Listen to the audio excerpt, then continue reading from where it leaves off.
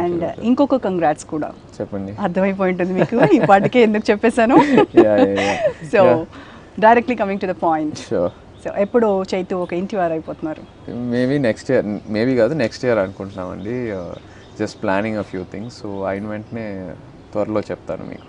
Out of my curiosity I am asking you, ఎవరు first propose చేశారు?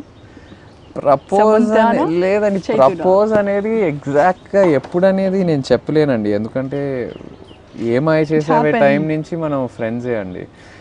We were first very good friends. ఈ relationship అంతా start అయ్యే ముందు ఫస్ట్ యూనో ఈ సినిమా ఇండస్ట్రీలోకి ఒకే టైం ఇద్దరం ఎంటర్ అయ్యాము. సో కష్టాలు, హ్యాపీనెస్ అన్నీ పంచుకుంటూ you know we became good friends.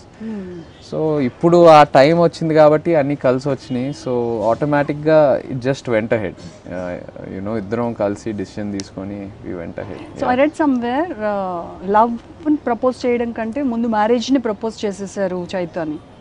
Is it true? No, it's not like that. అంటే yes we were in love, but ఇప్పుడు ఇద్దరికి ఒక ఏజ్ వచ్చింది. సో ఇంకా నెక్స్ట్ స్టెప్ అనేది మ్యారేజే. యూనో ఇంకెన్ని రోజులు relationship, boy friend, girl friend, ఇంకెన్ని రోజులు, how much more will you go అనేది మ్యారేజ్కి టైం వచ్చింది కాబట్టి ఆ కాన్ఫిడెన్స్తోనే you know yes this is the right time అని ఆ కాన్ఫిడెన్స్తో I went in saying shall we go to the next step. అది డాడ్ చెప్పినప్పుడు ఫస్ట్ ఎలాంటి రియాక్షన్స్, రెస్పాన్సెస్ వచ్చాయి? హ్యాపీ ఫీల్ అయ్యారండి. అంటే నాకు తెలిసి అందరికి ఆల్రెడీ తెలిసి ఉంటుంది లోపల, ఈడెప్పుడు చెప్తాడో రివర్స్లో అనుకుని ఉంటారు. But yeah they were all very happy, very very happy. So బాగా మింగిల్ అయిపోయినట్టుంది అక్కినేని వారి ఫ్యామిలీతో, సమంత, అమల గారితో. అవును, అందరితో యూనో ఇప్పుడు నుంచే కాదు, మనం టైం నుంచే you know she was very close to every one.